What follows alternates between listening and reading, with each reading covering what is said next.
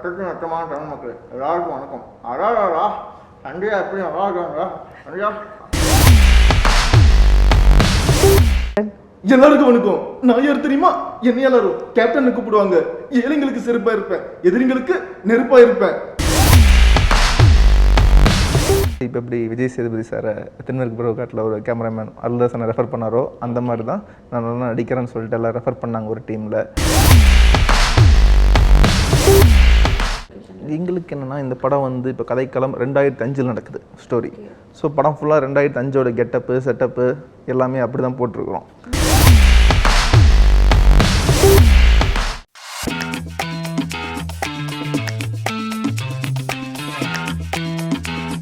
Welcome to the show spotlight viewers with me Vijay Sandhya.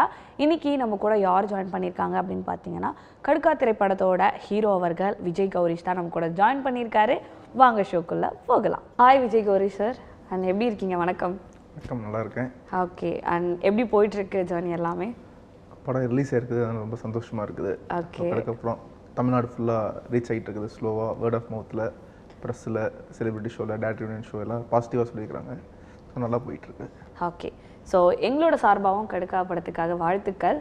So எனக்கு வந்து first of all அந்த கேள்வி, ஸோ படத்துக்கும் இந்த டைட்டிலுக்கும் என்ன சம்மந்தம், அதை பற்றி சொல்லுங்களேன். நீங்கள் 2K கிட்ஸாக இருக்கிறதுனால அது தெரியலன்னு நினைக்கிறேன்.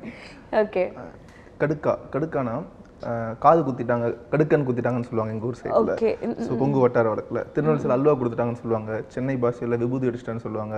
உருட்டும்பாங்க. ஓகே, ஸோ அந்த மாதிரி அந்த ஊர் சைடில் கடுக்கா கொடுத்துட்டாங்கன்னு சொன்னாங்கன்னா எல்லாத்தையும் எனக்கே கடுக்கா கொடுத்துட்டே நீ அப்படிம்பாங்க. ஸோ அது வந்து ஒரு ஏமாத்துறது அந்த மாதிரி ஒரு மீனிங் அது ஆக்சுவலாக. ஓகே, குலோக்கியல் வார்த்தை, வட்டார வழக்கு. ஸோ அது எங்கள் படத்துக்கு ஆப்டான டைட்டில். அது நீங்கள் படம் பார்த்துட்டிங்கன்னா புரியும். ஸோ மக்கள் பார்த்துட்டு இருக்கிறாங்க. ஸோ பார்க்குற மக்களுக்கும் யாருக்கு கடுக்கா கொடுத்தாங்க அப்படிங்கிறது பார்த்தா தெரிஞ்சிடும். Okay, super. அண்ட் உங்களுக்கு இந்த படத்தில் நடந்த ஒரு பிடிச்ச விஷயம்னா என்ன? கடுக்கா படத்தில் படமே எங்களுக்கு ரொம்ப பிடிச்ச படம், அதனால பிடிச்ச விஷயம் தான். படம் ஃபுல்லாக டெய்லியுமே ஷூட் வந்து சுவாரஸ்யமாக இருக்கும். ஷூட் நடக்குமா நடக்காத ரேஞ்சில் ஓடிட்டு இருக்கோம். அந்த மாதிரிலாம் நடக்கும். ஏன்னா இது ஃபுல்லாக ஊரில் கிராமத்து படம் பக்காவாக எடுத்துருக்கிறோம். ஸோ ஊரில் இருக்கிறவங்க நடிக்க வச்சுக்கிறோம். திடீர்னு கேமரா முன்னாடி வந்துட்டு என்னை நடிக்க வச்சாதான் நாங்கள் ஸ்டார்ட் பண்ண விடுவோம்பாங்க. ஸோ அந்த மாதிரி சுவாரஸ்யங்கள்லாம் நிறைய நடக்கும் இந்த படத்தில். ஓகே, ஸோ படத்தோட கண்டென்ட் தான் எங்களுக்கு ரொம்ப பிடிச்சது. இது வந்து ஒரு உமன் சேஃப்டி, உமன் எம்பவர்மெண்ட்டுக்கான படம். ஓகே, ஸோ அது ஏங்கிறது மக்கள் வந்து பார்த்தோன்னே தெரிஞ்சிடும். மக்களுக்கு எண்டில் வச்சுக்கோங்க, கிளைமேக்ஸில் தெரியும். Okay, super.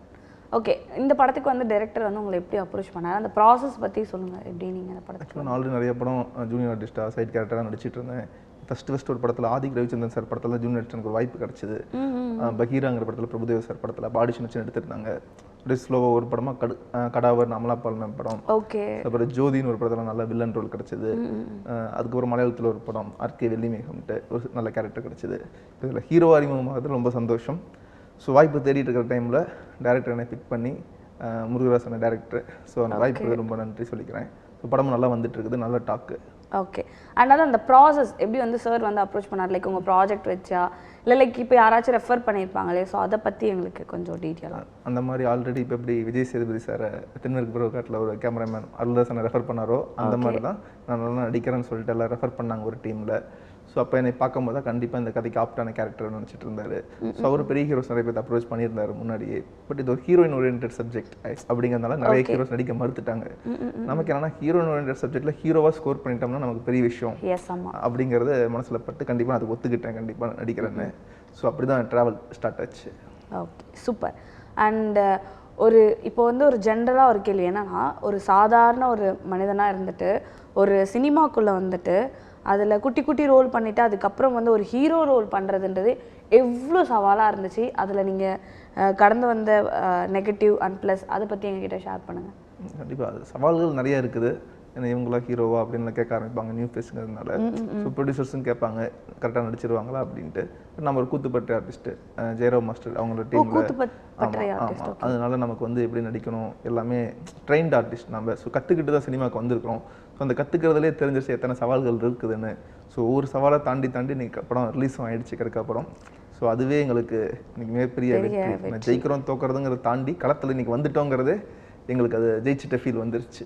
ஓகே, அண்டு ஒரு ஹீரோஸ்லாம் வந்தீங்கன்னா நிறைய படங்கள் பண்ணிட்டதுக்கு அப்புறமா டியூல் ரோல் கிடைக்கும்.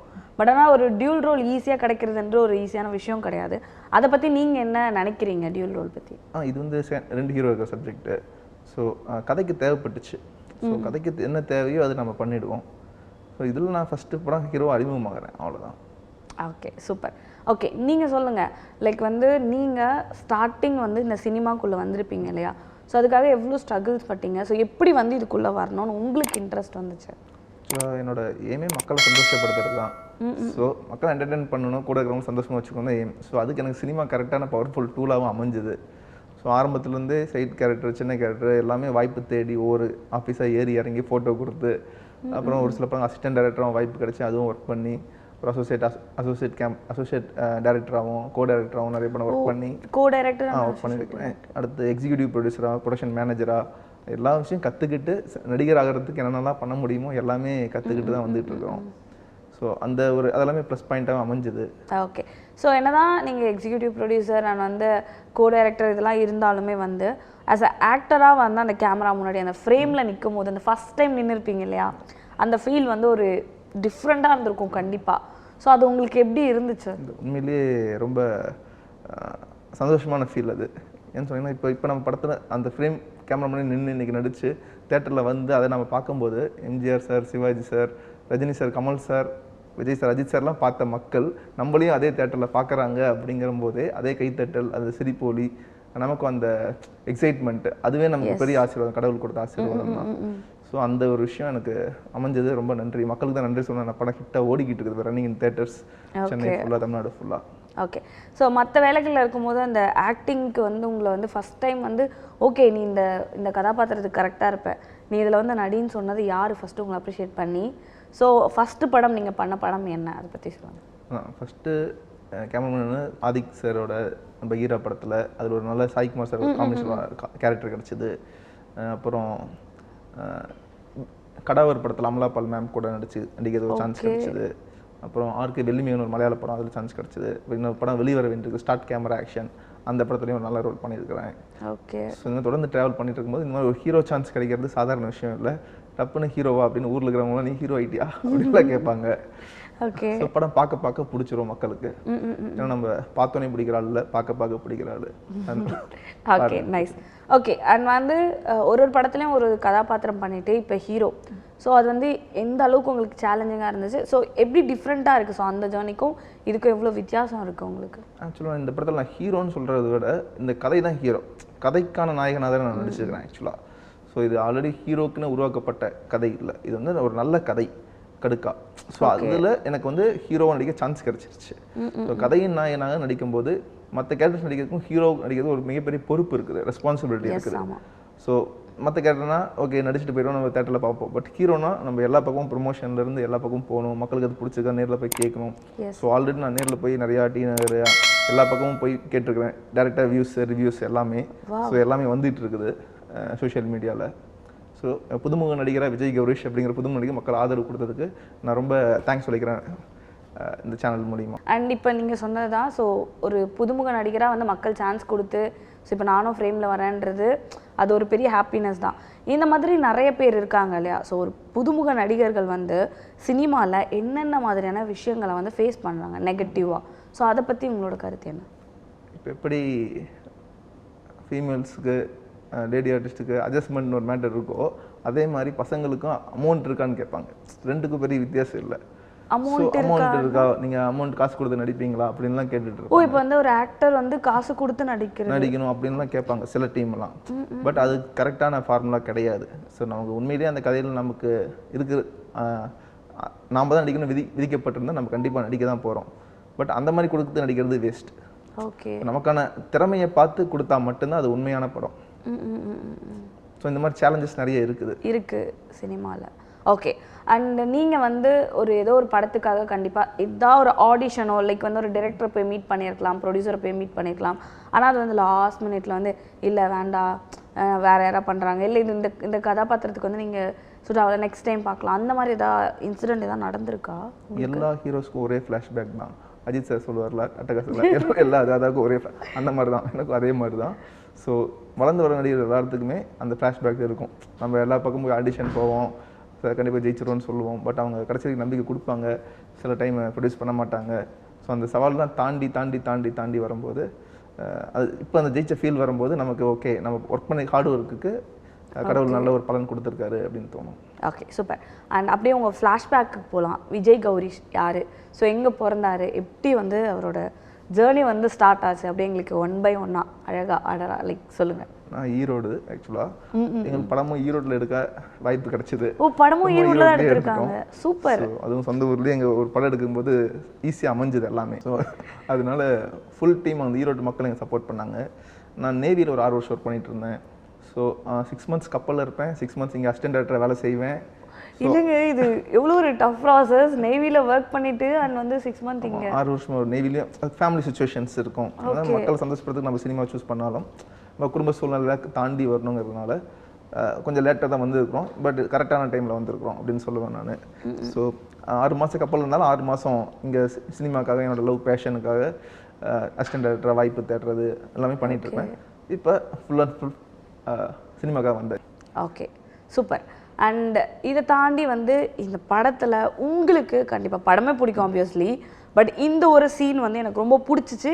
அண்ட் இந்த ஒரு சீன் நடிக்கும் போது நான் ரொம்பவே கஷ்டப்பட்டேன், ஸ்ட்ரகிளாக இருந்துச்சு எனக்கு அப்படின்னா என்ன சொல்லுவீங்க? எனக்கு பிடிச்ச சீன்னா நான் லவ் லெட்டர் கொடுக்குற சீன். ஸோ அது படம் பார்த்தா தான் புரியும். ஸோ அதில் ஒரு டைலாக் சொல்லியிருப்பேன். லவ் லெட்டர் கொடுத்து என்ன சொல்லுவாங்க, பரவாயில்ல அந்த டைலாக் எங்களுக்காக சொல்லுங்கள். என்ன டைலாக் சொல்லுவேன்னா, நீங்கள் இல்லைன்னு சொல்லாமல் ஒரு பதில் சொல்லுங்கள் அப்படின்னு சொல்லுவாங்க. ஹீரோ என்ன இல்லைன்னு சொல்லாமல் ஒரு பதிலா, இல்லை ஆமான்னு தான் சொல்ல வைக்க முடியும். அந்த இல்லைன்னு சொல்லாமல் நீங்கள் எப்படி பதில் சொல்லுவீங்க? எஸ், ஆமாம். ஸோ அதுதான் நீங்கள் லவ் லெட்டர் கொடுத்து எனக்கு இல்லைன்னு சொல்லாமல் ஒரு பதில் சொல்லுங்கள் அப்படின்னு சொல்லியிருப்பேன். அது இல்லாமல் ஒரு ஷார்ட்டில் ஒரு டைலாக் சொல்லியிருப்பேன். பொண்ணுங்க எப்பயுமே கொடி மாதிரி, பருவம் வந்துச்சுன்னு வச்சுக்கோ, பக்கத்தில் இருக்கிறது கல் கத்தால முள்ளெல்லாம் பார்க்காது, பட்டுன்னு படந்துருவாளுங்க, நாம தான் பந்த காலம் மாதிரி போய் பக்கத்தாலேயே நிற்கணும் அப்படின்னு ஒரு டைலாக் சொல்லியிருப்பேன். அது ஆக்சுவலாக ஒரு வில்லனிஸ் டைலாக் தான். இந்த படத்தில் நான் ஹீரோ மட்டும் இல்லை, வில்லன், காமெடியன், ஹீரோ 3மே நான் தான் கலந்தது. ஓகே, ஆமாம். இப்போ எப்படி சத்யராஜ் சார் வில்லாதி வில்லன் படத்தில் ஹீரோ ஒரு கேரக்டர், வில்லன் ஒரு கேரக்டர், காமெடி கேரக்டர் பண்ணி போடல, இந்த 3மே ஒரே கேரக்டரில் அமைஞ்ச படம் தான் எனக்கு இந்த கடுக்கா. Okay, S. இப்போ சொன்னீங்கல்ல லைக் இந்த படத்தில் வந்து நான் தான் வில்லன், அந்த ஹீரோ கமெடியன் எல்லாமே. ஸோ ஒரு ஒரு கதாபாத்திரத்தில் அந்த 3மே நடிக்கணுன்றது, அந்த 3ஓட எசன்ஸும் வரணுன்றது வந்து ரொம்ப ஒரு டஃப்பான விஷயம்.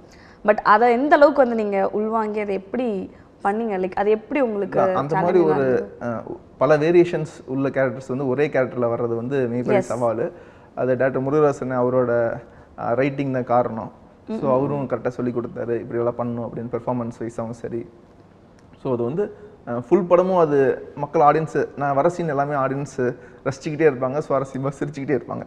இப்போ ஃபன் கன்ஃபார்ம் படத்தில் ஃபன்னாக இருக்கும். நம்ம வர எல்லா ஷார்ட்ஸுமே சிரிச்சிட்டு இருப்பாங்க. ஸோ அது வந்து படத்துக்கு நல்லாவே அது ப்ளஸ் பாயிண்ட் அமைஞ்சுது. ஸோ எனக்கு அது ஒரு நல்ல பேரை கொடுக்கணும்னு நம்புகிறேன். Okay, super. ஓகே, நீங்கள் பிடிச்ச சீன் சொல்லிட்டீங்க. இந்த சீன் வந்து ரொம்பவே கஷ்டப்பட்டேன் நடிக்கிறதுக்கு, இந்த ஒரு ஷார்ட்டுக்கு ரொம்பவே வந்து ரிஸ்க் எடுத்தேன் அப்படின்னா என்ன சொல்வீங்க? ரிஸ்க்குன்னு சொல்ல முடியாது, நான் அந்த சிகரெட் குடிச்ச ஷார்ட்டு தான் சொல்லுவேன். அதாவது டைலாக் பேசிகிட்டே இருக்கணும், பட் சிகரெட் கண்ணில் புகை போய்கிட்டே இருக்கும். ஸோ ஒரு 100 சிகரெட் போயிருக்கும். ஏன்னா அங்கே லைட்டு சரியாக வரல, க்ளவுடு சரியாக வரல, பின்னாடி சரியாக ஷார்ட்டு ஃபோக்கஸ் பிடிக்க முடியல, டெக்னிக்கல் ப்ராப்ளம் வந்தாலும் நம்ம கரெக்டாக அதை வந்து குடிச்சிக்கிட்டே இருக்கணும். சிகரெட் அதே கண்டினியூட்டியோடு இருக்கணும் சிகரெட்டு. ஸோ அந்த மாதிரி எக்கச்சக்க ஷார்ட்ஸ்லேயும் நான் சிகரெட் பண்ணியிருக்கிறதுனால, சிகரெட் ஸ்மோக் பண்ணிக்கிறதுனால கண்ணில் வித் அந்த புகையோடையே ஓகே, அந்த மாதிரி சவாலாக இருந்துச்சு ஆக்சுவலாக. Okay, super. அண்ட் வந்து இப்போ நீங்கள் இந்த படம் நடிச்சிட்டீங்க. அண்ட் இதுக்கப்புறம் வரப்போட படம் வந்து என்ன ஜேர்னரில் நீங்கள் பண்ணணும்னு உங்களுக்கு ஆசை? எனக்கு நிறைய இருக்குது, horror, thriller, psycho thriller, so இந்த மாதிரி. ஸோ உங்களுக்கு என்ன ஜேர்னரில் பண்ணணும்னு ஆசை அடுத்த படம்? கடுக்க படம் காமெடி படமாக வந்திருக்குது. எஸ். ஸோ பார்க்குற எல்லாருமே கௌரிஷ் உனக்கு காமெடி நல்லா ஒர்க் அவுட் ஆகுதுன்னு சொல்லிட்டு இருக்காங்க. பட் நான் ஆஸ் ஆக்டராக எல்லாமே பெர்ஃபார்ம் பண்ணுவேன்.